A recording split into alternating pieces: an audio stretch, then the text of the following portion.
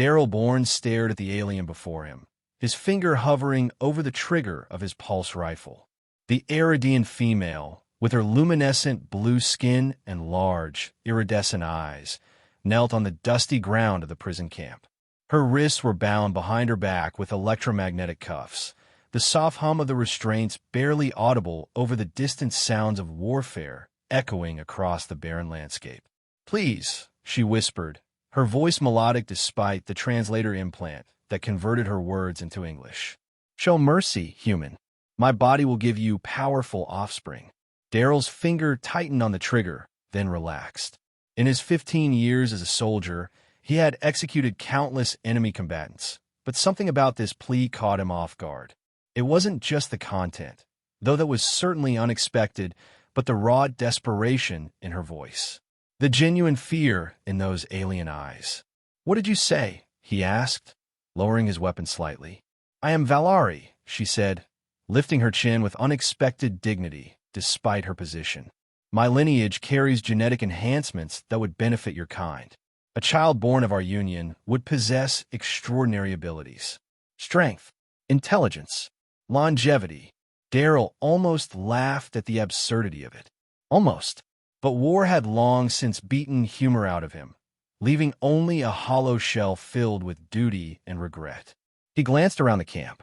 The other guards were occupied with a new batch of prisoners being processed at the far end of the compound. No one was watching. "Why should I believe anything an Eridian says?" he growled. "Your kind has killed millions of my people, as yours have killed mine," Valari responded, her gaze unwavering. "But I speak truth. The Eridian bloodline has been engineered across generations. We are more than what you perceive us to be." Memories flashed through Daryl's mind. The orbital bombardment of New Beijing on Saturn's moon Titan, where he'd lost his parents and younger sister. The biological attack on the Kildorian homeworld that had decimated their population, Earth's closest alien allies. The faces of his fallen comrades throughout a decade of brutal interstellar war. He raised his rifle again, aiming at the center of Valari's forehead. "You're stalling. Just attempting to save your life." "Yes," she admitted simply, but not with lies. Something in her voice, perhaps its resignation, perhaps its clarity, made Daryl hesitate. He thought of the briefing he'd received that morning. Execute all remaining Eridian prisoners. Resources too limited to maintain them. Command's orders non-negotiable. Clean and simple. Or it should have been. "Stand up," he ordered suddenly. Valari awkwardly rose to her feet, her bound hands making balance difficult. "Walk," he said, gesturing with his rifle toward a small supply shed at the edge of the compound. Slowly, as they moved across the yard, Daryl's mind raced. What was he doing? Disobeying direct orders was court-martial worthy at best, treasonous at worst. Yet he couldn't shake the feeling that executing Valari would be wrong. Not just morally, but tactically. If what she said about her genetics was true. Inside the shed, surrounded by crates of ammunition and ration packs, Daryl pushed Valari down onto a rusted metal crate. The air was stale and hot, beams of light filtering through cracks in the prefabricated walls. "You have 1 minute to convince me not to kill you," he said, keeping his rifle trained on her. "And don't repeat that Offspring nonsense." Valari studied him, her head tilted slightly to one side. "You dream of them, don't you? The ones you've killed." Daryl felt as if she'd punched him. "That's not." "I do too," she continued. "I see their faces when I close my eyes. Human faces. Kildorian faces. I was a medical officer before I was a prisoner. I have saved lives and taken them." Daryl tried to mask his surprise. Eridians were supposed to be ruthless killers, incapable of remorse or compassion. That's what they'd all been told, what the propaganda holovids had shown for years. "Why were you on the battlefield if you're a medic?" he asked suspiciously. "My unit was retreating from your advance forces. We were attempting to evacuate wounded when we were surrounded." Her eyes lowered briefly. "I surrendered to save my patients, but they were executed anyway." Daryl remembered that skirmish from 3 days prior. He hadn't participated directly, but he'd heard the reports. No mention had been made of medical personnel or wounded. Just enemy combatants neutralized. "This war," Valari said softly, It is built on misunderstandings and fabrications. On both sides, Darrell thought of his commanding officer, Major Riggs, and his constant speeches about Eridian savagery, about how they couldn't be reasoned with, how they understood only force. He thought of the vids they were shown of Eridian atrocities, the same ones shown to civilians back on Earth and the colony worlds, to justify the ever-increasing military budget. Even if that's true, Darrell replied, it doesn't change the fact that I have orders. Orders from those who profit from our mutual destruction, Valari said. Have you never questioned why this war continues when neither side gains advantage? 7 years of stalemate, yet the fighting persists. 7 years, 3 months, and 14 days, to be precise. Darrell had counted every one of them since his deployment, had watched friends die, had killed enemies, had gradually lost whatever idealism had led him to enlist. I'm a soldier, he said flatly. I follow orders. As I once did, Valari responded, until I realized those orders served masters whose interests were not aligned with our survival. Darrell's comlink beeped, startling them both. Born, came the gruff voice of Sergeant Willis. Report, have you disposed of the prisoner in Sector 4? Darrell held Valari's gaze as he responded. Not yet, Sarge. Having some equipment issues. Give me 10. Make it 5. Willis out.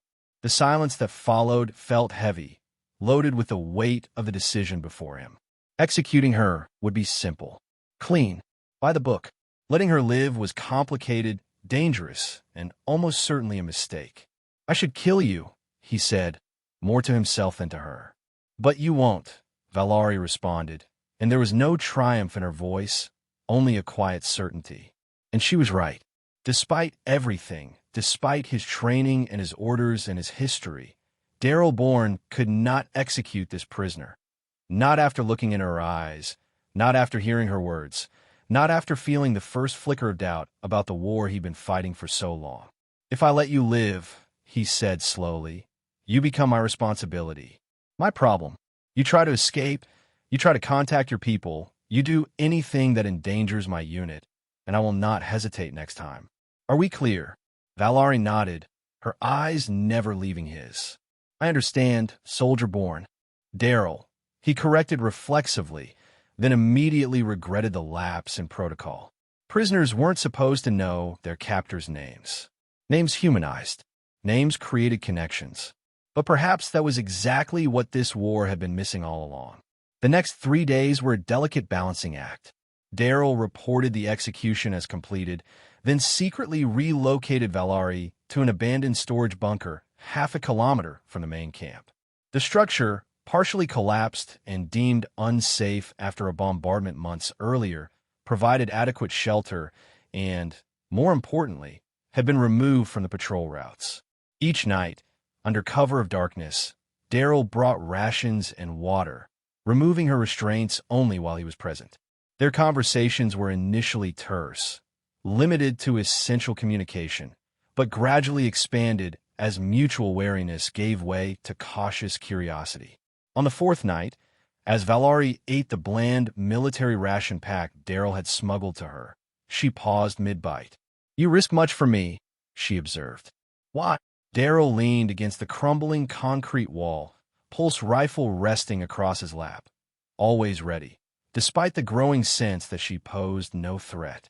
I'm still trying to figure that out, he admitted. Maybe I'm tired of death. Valari nodded, understanding in her eyes. Death becomes routine in war, so common that we forget to question it. Sometimes questioning gets you killed, Darrell countered. Sometimes following orders is what keeps you alive.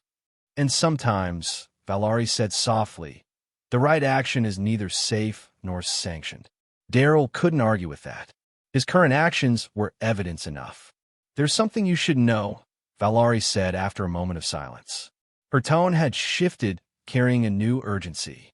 Something that may explain why I was so desperate to stay alive, beyond mere survival instinct. Darrell straightened, instantly alert. I am listening. During my time as a medical officer, I was stationed at a research facility on the northern continent. The work there is classified, but my position granted me access to certain information. She set down her half-eaten ration, her expression grave. They're building a weapon, Daryl. Something beyond conventional arms. Something that targets specific genetic markers. A bioweapon, Daryl surmised, his blood running cold. Biological warfare had been outlawed by both sides after the devastation on the Kildorian homeworld, a rare point of agreement in an otherwise relentless conflict. More precise than previous iterations, Valari confirmed. Designed to eliminate humans and Kildorians while leaving Neridian and Eridian DNA untouched. The testing phase is nearly complete. How do I know you're telling the truth? Daryl demanded, though the intensity in her eyes had already half convinced him. You don't, she said simply. But consider, why would I invent a story? That, if believed, would put me in greater danger? If I wished only to save myself, I would tell you whatever you wanted to hear, then attempt escape at the first opportunity. She had a point. If her goal was merely survival, this revelation served no purpose. If anything, it complicated her situation exponentially. Assuming I believe you, Daryl said carefully, what exactly are you proposing? That I report this to my commanding officers? Intelligence would interrogate you, and I'd be court-martialed for disobeying execution orders. The facility must be destroyed, Valari stated, her voice firm with conviction. I know its location, its security protocols, its vulnerabilities. But I cannot reach it alone, not with human patrols controlling the region. Daryl stared at her, realization dawning. You want me to help you sabotage an enemy weapons facility? I want to prevent genocide, she corrected. Whether you consider me enemy or ally is secondary to that. The logical part of Daryl's mind screamed that this was insanity, that he should report this immediately, that he was being manipulated, that no good could come from trusting in Eridian. But another part, perhaps the part that had prevented him from executing her in the first place, wondered if she might be telling the truth. Even if I wanted to help, he said, playing along, how would we get past the camp perimeter? The entire planet is a war zone. Valari's expression shifted to something like relief, as though his hypothetical question indicated potential agreement. 3 nights from now, there will be a gap in your camp's sensor grid. Maintenance of the southern array is scheduled. I overheard the guards discussing it. The blackout will last 17 minutes. Enough time to slip past the perimeter if we move quickly. Daryl frowned. You've been planning this since before I spared you. I have been seeking a way to stop the weapon since I learned of its existence, Valari acknowledged. Your mercy presented an unexpected opportunity. The realization should have angered him, should have confirmed his suspicions of manipulation. But instead, Daryl found himself respecting her resourcefulness. In her position, he would have done the same. If, he emphasized heavily, I were to consider this insanity, what would stop me from simply reporting the facility's location to command? Let them handle it with an airstrike. The facility is underground, heavily fortified against conventional attacks, Valari explained. And more importantly, verification would take time we don't have. The weapon is nearly operational. Daryl stood and began pacing the small confines of the bunker, mind racing through scenarios, contingencies, risks. What she proposed was treason, desertion, potentially suicide. Yet if she spoke the truth and he did nothing, I need to think, he said finally. This isn't a decision I can make lightly. Valari nodded, understanding in her eyes. Of course. But remember, Daryl Bourne, time is a luxury neither of our species can afford right now. As he secured her restraints and prepared to return to camp, Daryl felt the weight of impending choice pressing down on him like a physical force. For 7 years, he had followed orders without question, had been the perfect soldier. Now, everything he thought he knew about the war, about the enemy, about himself, was being challenged. And deep down, past the layers of training and indoctrination, past the memories of loss and the scars of battle, something told him that Valari was telling the truth. 3 nights later, under the cover of darkness and a scheduled sensor maintenance, Daryl and Valari slipped past the camp's perimeter. The night was cold, the alien planet's 3 moons casting overlapping shadows across the barren landscape. Daryl wore his full combat gear, Rucksack packed with survival essentials, pulse rifle charged and ready. Valari, now dressed in a spare uniform he'd procured, much too large for her slender frame, moved beside him with surprising stealth. They had 17 minutes to clear the sensor range before the grid came back online. 17 minutes to commit to a course that would almost certainly end in death, either by enemy fire, the harsh elements of this alien world, or, if they were captured, execution for treason. "We need to move faster," Daryl whispered as they navigated through a rocky outcropping. "We've got less than 10 minutes left." Valari nodded, picking up her pace. Despite weeks of captivity, she moved with determination, her knowledge of the terrain proving invaluable as she led them along paths that offered maximum cover. As they reached the edge of a steep ravine, the distant sound of a patrol vehicle made them freeze. Daryl pulled Valari down behind a cluster of the strange, twisted vegetation native to this world, his heart pounding as the hovercraft passed overhead. It was close, too close, but the vehicle continued without slowing, its searchlights sweeping the ground ahead rather than behind. "That was unexpected," Valari breathed once the sound had faded. "The patrol schedules must have changed." "Not surprising, given the recent prisoner executions," Daryl replied grimly. "Security's been tightened across all sectors." They continued on, reaching the edge of the sensor perimeter just as Daryl's chronometer indicated the maintenance window was closing. They slid down the ravine embankment, boots sending cascades of loose soil and stone into the darkness below. As they reached the bottom, the telltale hum of the sensor grid reactivating vibrated through the air. "Just in time," Daryl muttered, checking his tactical display. "We're clear of a detection range, but we need to keep moving. When they discover I'm missing, this will be the first place they look." Valari nodded, then paused, her head tilted in that characteristic way that Daryl had come to recognize as her listening posture. "Water," she said. "There's a stream ahead. We should follow it eastward. It will mask our heat signatures and lead us toward the borderlands." Daryl didn't ask how she could detect water at this distance. Eridian's sensory capabilities were well documented, if poorly understood. Instead, he gestured for her to lead the way, keeping his rifle ready as they navigated through the alien wilderness. As dawn broke over the horizon, casting the landscape in eerie purple light, they found a sheltered overhang beneath which to rest. Exhaustion pulled at Daryl's limbs, the adrenaline of their escape finally waning. "We've bought ourselves some time," he said, distributing ration packs and water. "But we need a better plan than just heading east. The borderlands are vast, and human patrols are everywhere." Valari accepted the food gratefully, though her attention seemed focused elsewhere, on the strange patterns of light filtering through the alien foliage above them. "There is an ancient network of tunnels," she said after a moment. "Remnants from before either of our species arrived on this world. The entrance is 3 days' journey from here, but once inside, we can travel beneath the surface, avoiding detection." Daryl frowned. "Tunnels that both our forces have somehow missed during 7 years of war."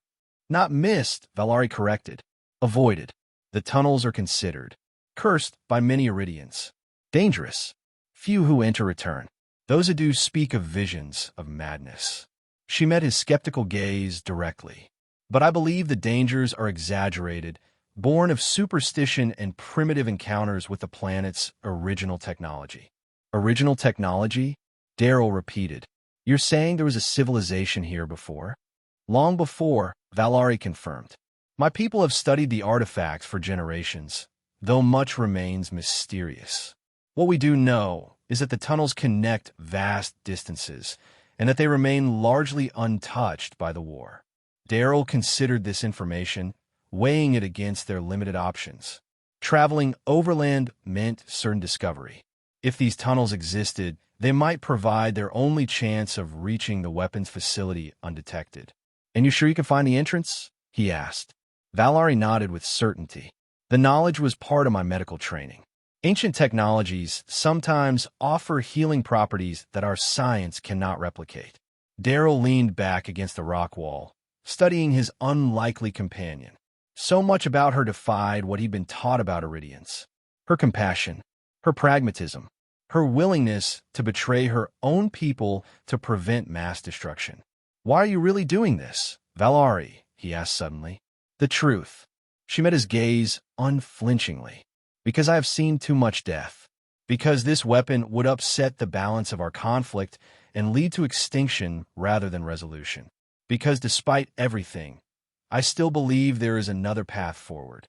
Her answer rang with sincerity, and Darrell found himself believing her, not just about the weapon, but about her motivations.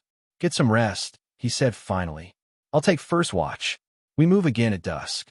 As Valari settled down to sleep, Darrell kept vigilant guard, his mind replaying the events that had led him to this moment.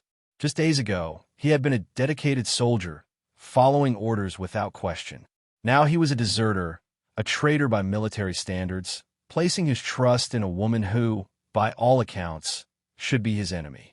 Yet somehow, sitting beside the sleeping Eridian as alien daylight filtered through the strange vegetation above, Darrell felt more clarity of purpose than he had in years. The tunnels, when they finally reached them after 3 grueling days of cross-country travel, were not what Darrell had expected. Rather than roughly hewn passages, they were perfectly circular corridors with smooth, almost glassy walls that emitted a faint bluish light. Symbols he couldn't decipher were etched at regular intervals along the surfaces, pulsing gently as they passed. "These were created by the ancients," Valari explained, her voice hushed with reverence as they descended into the main passage. "A species that evolved on this world millions of years before our arrival. They're long gone now, but their technology remains." Darrell ran his hand along one wall, feeling a slight vibration beneath his fingertips. "And these tunnels connect across the entire continent. A transportation network, we believe," Valari confirmed. "My people have mapped sections, but much remains unexplored. The deeper passages are considered too dangerous." "Dangerous how?" Darrell asked, his soldier's instincts immediately alert. Valari's expression grew more serious. "Some who venture too deep report disorientation, hallucinations. Some never return at all. The common belief is that the ancients left guardians, or that their technology affects our neurology in ways we don't understand." "Great," Darrell muttered. "Just what we need." Despite his misgivings, the tunnels offered their best chance of reaching the weapons facility undetected. Above ground, patrols from both sides would be searching for them by now. Darrell's desertion wouldn't have gone unnoticed for long, and Valari's disappearance would have raised alarms about a potential escape. They walked for hours through the eerie passageways, the consistent blue light making it difficult to gauge the passage of time. Darrell found himself growing increasingly disoriented, the identical corridors creating a strange sense of liminal space, neither here nor there. "How do you know which way to go?" he asked, as Valari confidently led them through another junction. "The symbols," she replied, gesturing to the glowing etchings. "They're a form of directional mapping. My people have deciphered some of their meaning." Darrell studied the alien script with newfound interest. "And they lead to the weapons facility?" "Not directly," Valari admitted, "but they will take us to within a day's journey of it. From there, we'll need to return to the surface." As they continued deeper into the tunnel network, Darrell began to understand the stories of disorientation. The air seemed thicker somehow, charged with an energy he couldn't identify. His thoughts drifted, memories surfacing unbidden. His childhood on Earth, his first deployment, the faces of comrades lost in battle. "Do you feel that?" he asked, his voice sounding strange to his own ears. Valari nodded, her own expression tense. "The tunnels affect everyone differently. Try to focus on the present moment. On our purpose." Darrell shook his head, trying to clear the fog that seemed to be settling over his mind. "Is this what you meant about the tunnels being dangerous?" "Partly," Valari acknowledged. "The deeper we go, the stronger the effect becomes. But we won't need to venture into the most affected areas." They paused in an intersection of several tunnels, Valari studying the symbols intently. As Darrell waited, a strange whisper seemed to echo from the passage to their left. Not quite a voice, but something that tugged at his consciousness. "Did you hear that?" he asked, raising his rifle instinctively. Valari placed a restraining hand on his arm. "It's not real," she said firmly. "At least, not in the way you think. The tunnels sometimes create auditory hallucinations, reflections of our own thoughts or fears." But Daryl wasn't so sure. The whisper came again, more distinct this time, like the ghost of a voice he once knew. "Daryl," it seemed to say, his name elongated and distorted. "Why do you fight?" He took an involuntary step toward the tunnel before Valari's grip tightened, pulling him back. "Don't," she said urgently. "That passage leads deeper than we need to go. Many who follow such sounds never return." With effort, Daryl tore his attention away from the beckoning tunnel. "How much farther?" he asked, voice rough with strain. "We should reach the exit point by what would be nightfall above," Valari replied, her own voice tight with concentration. "Can you continue?" Daryl nodded grimly. He'd faced worse than disembodied whispers during his military career. At least, he tried to convince himself of that as they pressed onward through the ancient corridors, the blue light pulsing in rhythm with his increasingly rapid heartbeat. Hours later, or perhaps it was days, time had lost all meaning in the unchanging blue glow. They reached what Valari identified as their exit point. A circular shaft extended upward, with what appeared to be handholds carved into its sides. "This will bring us to the surface approximately 20 kilometers from the weapons facility," she explained. "From there, we'll need to proceed with extreme caution. The area will be heavily guarded." Daryl didn't need the warning. He'd spent enough time in military facilities to know the kind of security a top-secret weapons program would have. But first, they needed to reach the surface. The climb was challenging but manageable, the alien handholds spaced perfectly for ascent. As they neared the top, Daryl could see pinpoints of light, stars, he realized with relief. After the disorienting tunnels, even the alien constellations of this world seemed welcomingly familiar. They emerged into a desolate landscape, the planet's 3 moons illuminating a terrain of twisted rock formations and sparse, scrubby vegetation. The air was cold and thin, carrying the metallic scent that Daryl had come to associate with this world. "We should rest here," Valari suggested, surveying their surroundings. "Approach the facility in daylight when we can better assess the security measures." Daryl agreed, and they established a small camp in the shelter of a rock outcropping.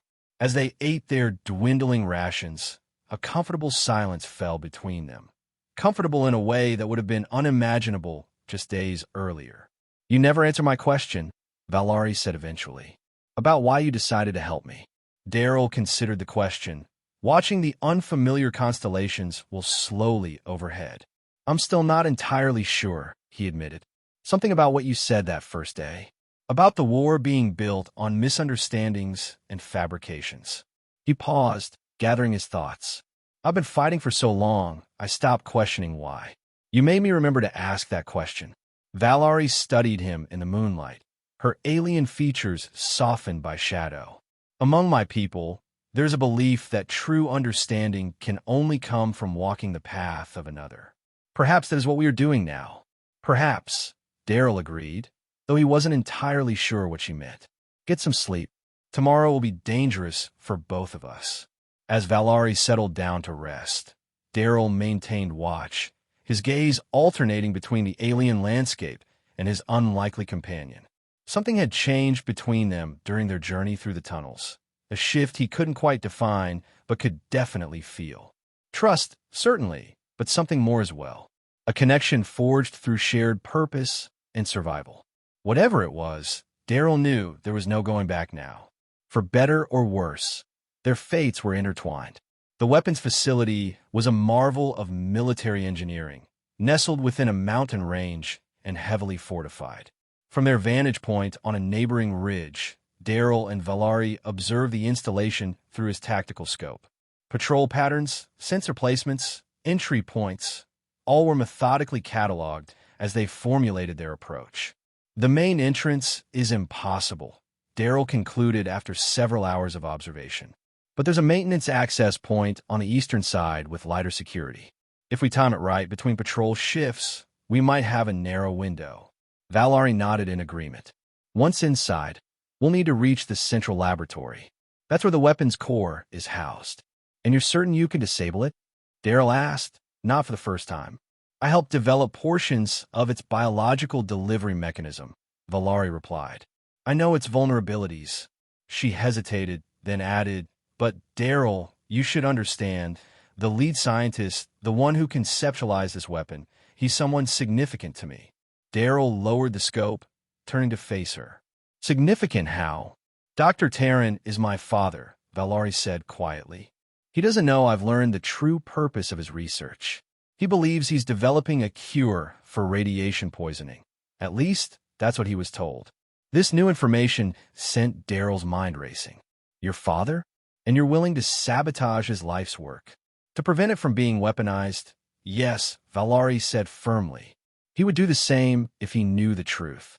My father has always been a healer, never a killer. The personal connection complicated things. If Valari was right, and her father was an unwitting participant in weapons development, they might have an ally inside. But if she was wrong about his ignorance, we need to approach this carefully, Daryl decided. If possible, we should try to extract your father along with disabling the weapon. His knowledge would be valuable evidence of what's being developed here. Valari's expression softened with something like gratitude. Thank you. I had hoped but didn't expect. Don't thank me yet, Daryl cautioned. Getting in will be hard enough. Getting out with an additional person might be impossible. They spent the remainder of the day refining their plan, utilizing Daryl's tactical experience and Valari's knowledge of the facility's layout. As dusk approached, they prepared for infiltration, checking equipment and reviewing contingencies. Ready? Daryl asked as the first guard's shift change approached. Valari nodded, her expression resolute. Whatever happens, Daryl, I want you to know that I'm grateful, not just for sparing my life, but for believing me when you had every reason not to. The simple sincerity of her words touched something in Daryl, a place he'd thought long deadened by years of warfare. Let's go, he said gruffly, uncomfortable with the sudden emotion. We've got a window of approximately 3 minutes. They moved swiftly down the ridge, using the growing darkness for cover as they approached the facility's eastern perimeter. Timing their advance with practiced precision, they slipped between sensor zones, Daryl's tactical display guiding them through the invisible detection grid. The maintenance access proved less formidable than the main entrance, but still required Daryl to bypass a security scanner using tech he'd borrowed from camp before their departure.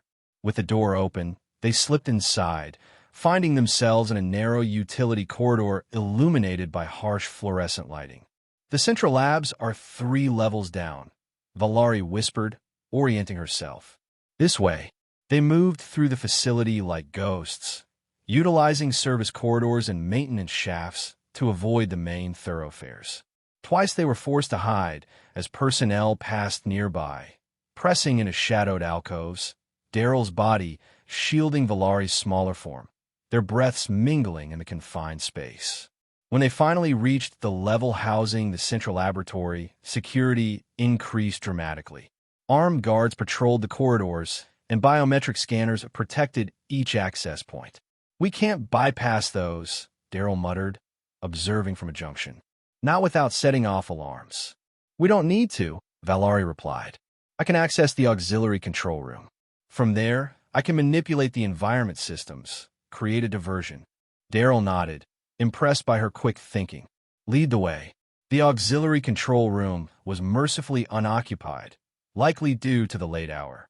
Valari moved to a console, her fingers dancing across the unfamiliar interface with practiced ease. I'm creating a cascading environmental failure in the eastern wing, she explained as she worked.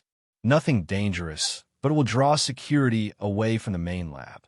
Alarms began to sound moments later, followed by announcements in the Iridian language that Daryl's translator rendered as warnings about environmental system failures and evacuation protocols. Now, Valari urged, and they slipped back into the corridor, moving against the flow of personnel responding to the fabricated emergency. The central laboratory, when they reached it, was in controlled chaos. Most staff had responded to the emergency, but a few researchers remained, too focused on their work to heed the evacuation order. Among them, Daryl noted an older Eridian male with distinctive markings that resembled Valari's. Her father, he presumed. "Father," Valari called out, stepping into the lab with Daryl close behind, weapon ready but not raised. Dr. Taryn looked up in shock, his expression cycling rapidly through disbelief, joy, and then confusion as he registered Daryl's presence. "Valari? How? We thought you were dead." His gaze hardened as it fixed on Daryl. "What is this, human? Why have you brought my daughter here?" "He didn't bring me, Father," Valari interjected, moving closer. "I brought him. We came to stop the weapon you're helping to create." Dr. Taryn's expression shifted to genuine confusion. "Weapon? What weapon?" "This is a medical research facility. We're developing treatments for radiation sickness." "That's what they told you," Valari said urgently. "But look at the molecular structure of the compound. The delivery system. It's designed to target specific genetic markers, human and Kildorian DNA." The remaining researchers were backing away, some reaching for communication devices. Daryl raised his rifle, not aiming directly at anyone, but making his threat clear. "No one moves, no one calls for help," he ordered. "We're not here to harm anyone, but we will stop this project." Dr. Taryn stared at his daughter in disbelief, then turned to a nearby workstation. His fingers moved rapidly across the display, pulling up molecular schematics and distribution models. His expression shifted gradually from confusion to horror as he examined the data. "This can't be," he whispered. "These gene markers, these aren't radiation indicators. These are fundamental human DNA sequences." He looked up at Valari, his eyes wide with dawning comprehension. "You're right. This isn't a treatment. It's a weapon designed for species-specific targeting.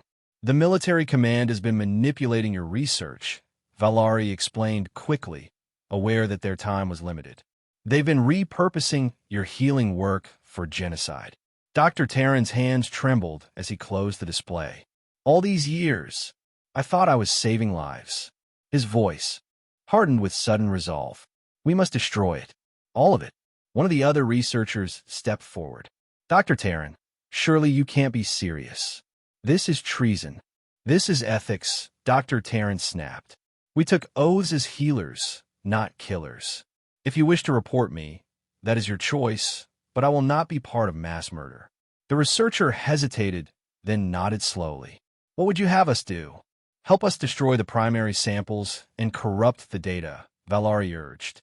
"Quickly, before security realizes this is more than an environmental failure."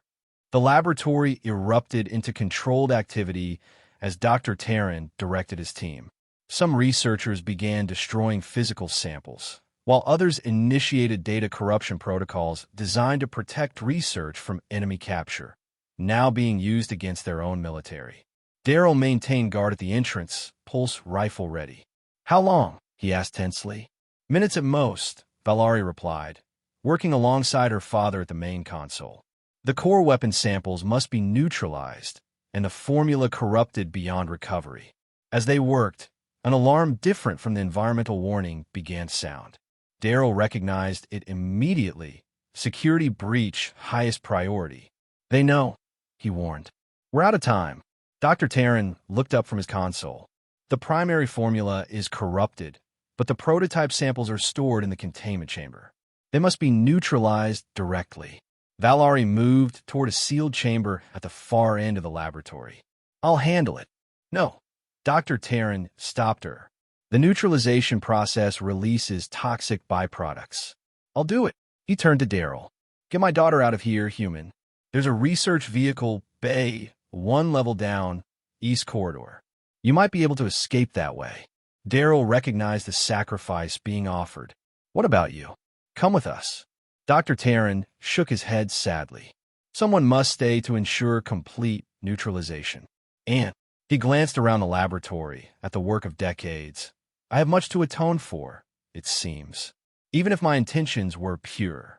Before Valari could protest, the sounds of approaching security forces echoed from the corridor outside. Weapons fire and shouted commands indicated that the diversion had been discovered. "Go now," Dr. Terran urged, embracing his daughter fiercely. "Lie, Valari.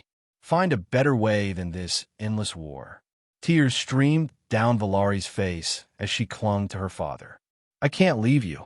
You must," he insisted gently. "For all our sakes." He looked at Daryl. "Protect her, soldier, and know that not all of us wanted this war."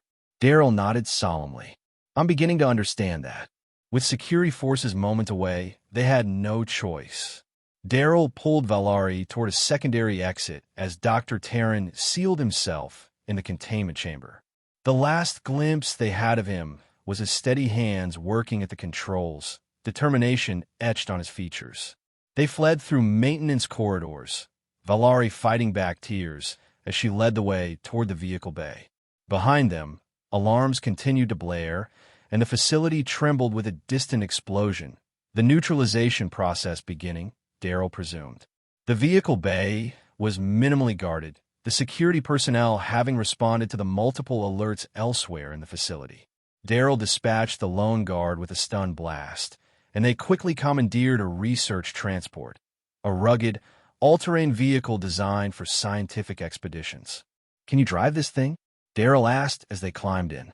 Valari nodded, her hands moving automatically across the controls despite her grief. "Yes. Hold on." The transport burst from the bay in a squeal of protesting metal, security barriers proving insufficient to stop its reinforced frame. They raced away from the facility as explosions began to bloom behind them, the neutralization process apparently triggering secondary reactions throughout the weapons lab. "He knew," Valari said softly as they put distance between themselves and the burning facility. "He knew he wouldn't survive the neutralization." Daryl had suspected as much, but said nothing, allowing her the space to grieve. The mission had been accomplished, the weapon destroyed, the research corrupted, but at terrible cost. They drove through the night, putting as much distance as possible between themselves and the facility before abandoning the transport in a ravine and continuing on foot. Neither military force would cease hunting them now. They had become targets for both sides. As dawn broke over the alien landscape, they found shelter in a small cave, exhaustion and emotion finally catching up to them. Valari sat against the rock wall, knees drawn to her chest, eyes distant with grief. "He was a good man," she said eventually. "He truly believed he was developing a cure, something to help both our species." "I believe you," Daryl replied, settling beside her. "And his sacrifice may have saved millions." Valari turned to him, her alien features tracked with tears that shimmered with an iridescent quality unlike human ones. "What happens now, Darylborn?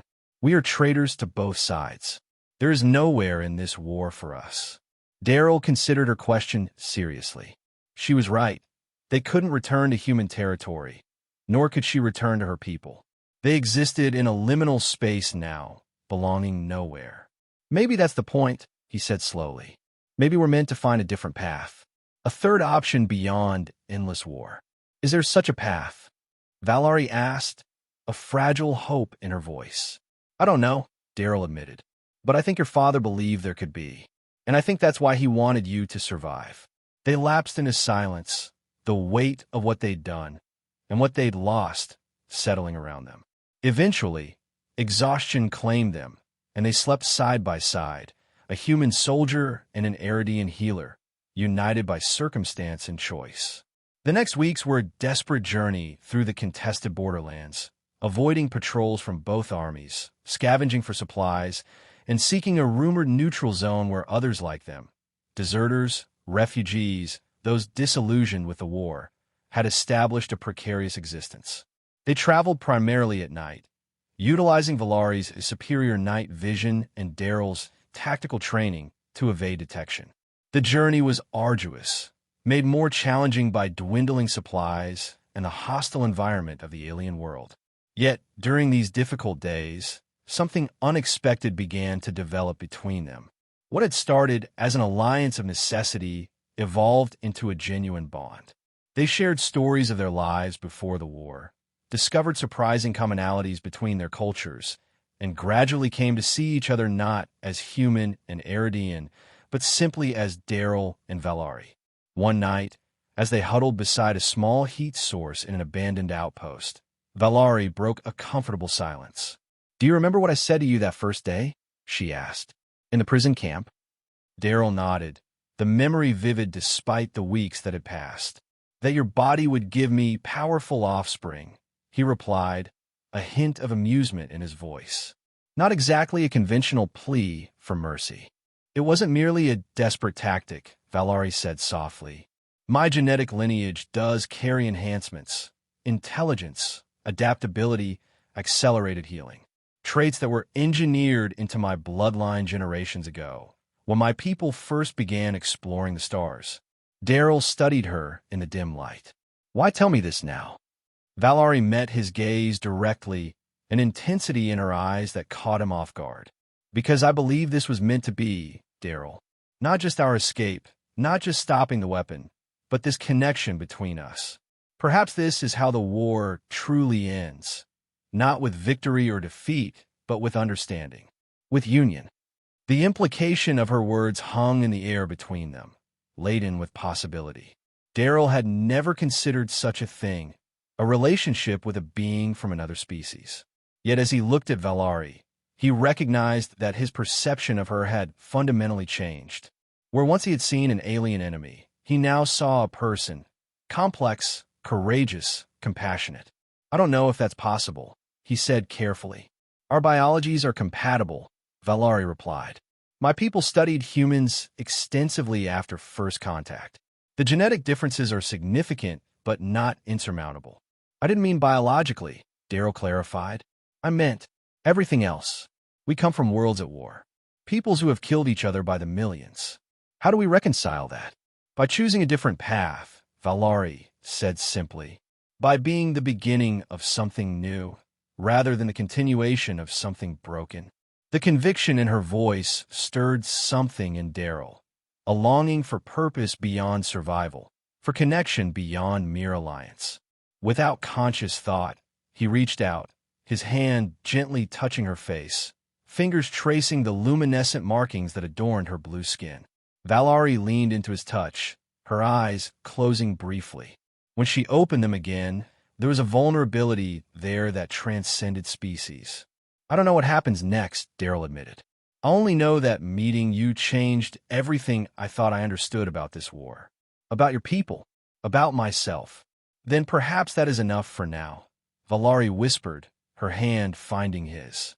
They remained that way for a long moment, the contact between them a bridge across worlds. When they finally slept, it was closer than before, the boundaries between them, physical and metaphorical, beginning to dissolve. 3 months after their flight from the weapons facility, they finally reached the neutral settlement they had been seeking, hidden within a vast canyon system. Protected by natural barriers and sophisticated camouflage technology, Haven was unlike anything Daryl could have imagined. Humans, Kildorians, Iridians, and Iridians lived side by side in a community cobbled together from salvage technology and improvised structures. Former enemies worked cooperatively, their shared rejection of the war creating an unlikely bond.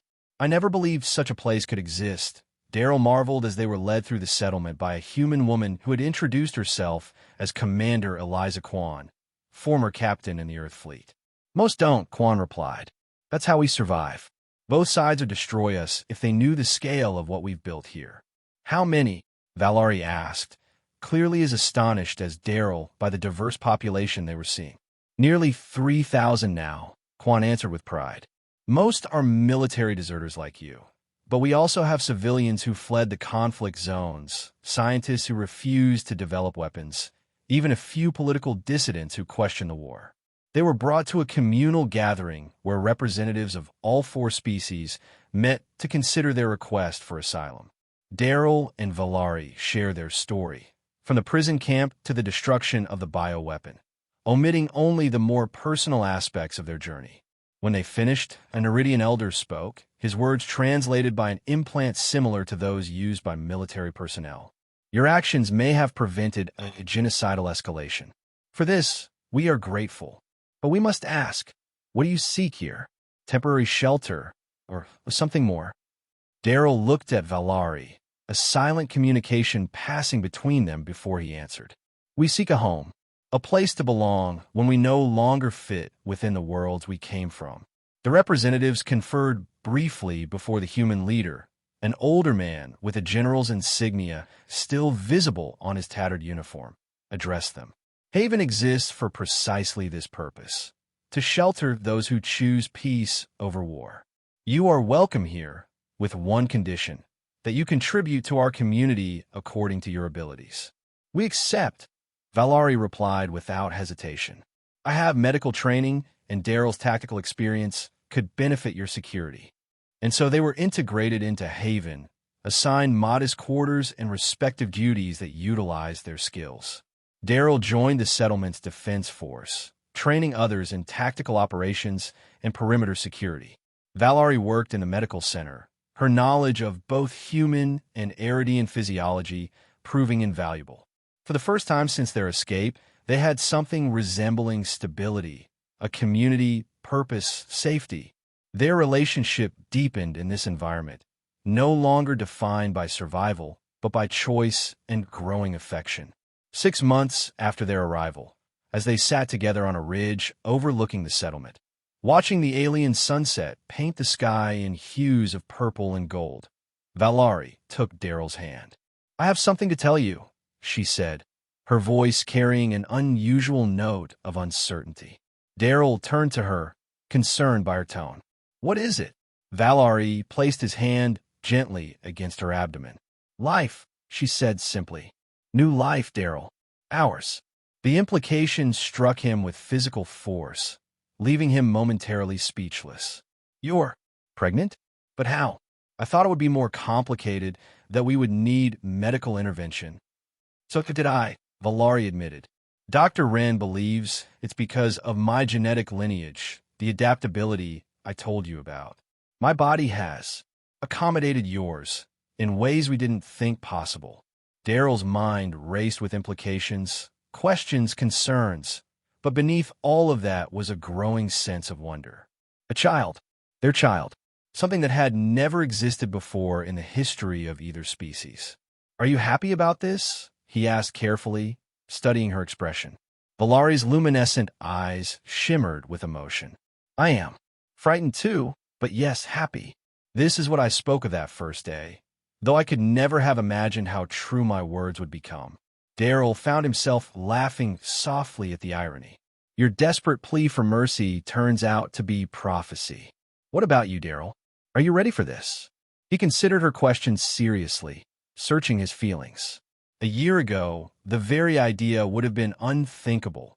A human Iridian child, born of what military command would consider the ultimate betrayal. But now, looking at Valari, remembering their journey together, he found his answer with surprising clarity. I am, he said firmly. Not because I know what comes next, I don't. But because if there's ever going to be an end to this war, it has to start somewhere. Why not with us? Why not with this child? Valari's smile illuminated her features, the bioluminescent markings on her skin glowing more intensely with her emotion. My father would have loved to. See this, a true bridge between our worlds. The memory of Dr. Taryn's sacrifice remained painful, but Daryl nodded in agreement. He gave his life so something new could begin. I think he would be proud. As news of Valari's pregnancy spread through Haven, reactions were mixed. Some viewed it with suspicion or concern, others with fascination, and a surprising number with hope, seeing in this unprecedented union the possibility of a future beyond endless conflict. Medical staff monitored the pregnancy closely, documenting every development for what would be the first known human Iridian child in existence. The differences in biology presented challenges, but Valari's genetically enhanced physiology seemed remarkably capable of adapting.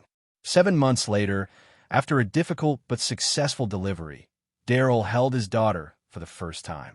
She was extraordinary, skin a pale lavender with subtle luminescent patterns, eyes a striking blend of human structure and Eridian coloration, tiny fingers curled tightly around his own.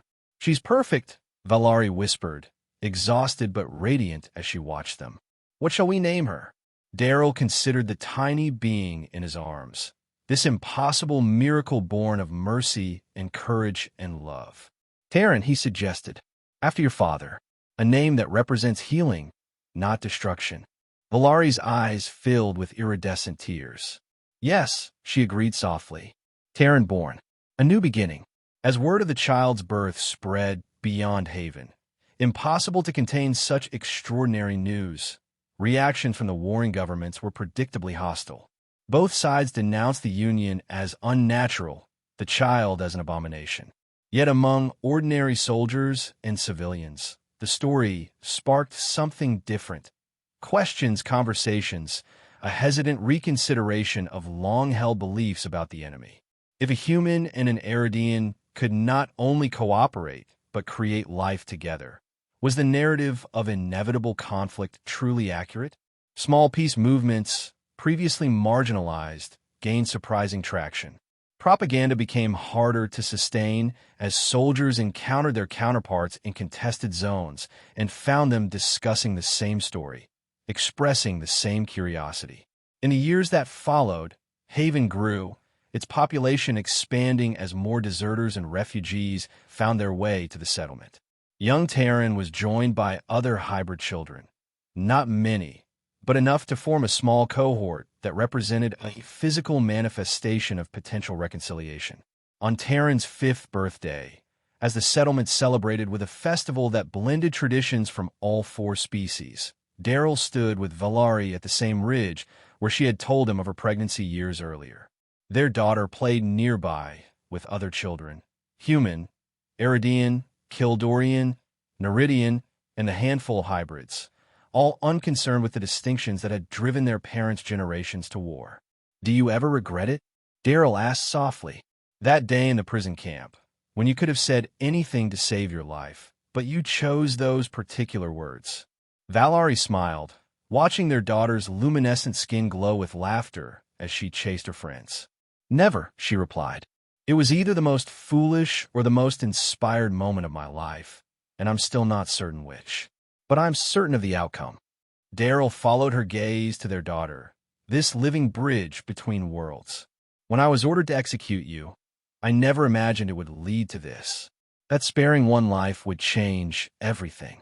That's how peace begins, Valari said thoughtfully. Not with grand treaties or political declarations, but with individual choices. Mercy instead of vengeance. Understanding instead of fear.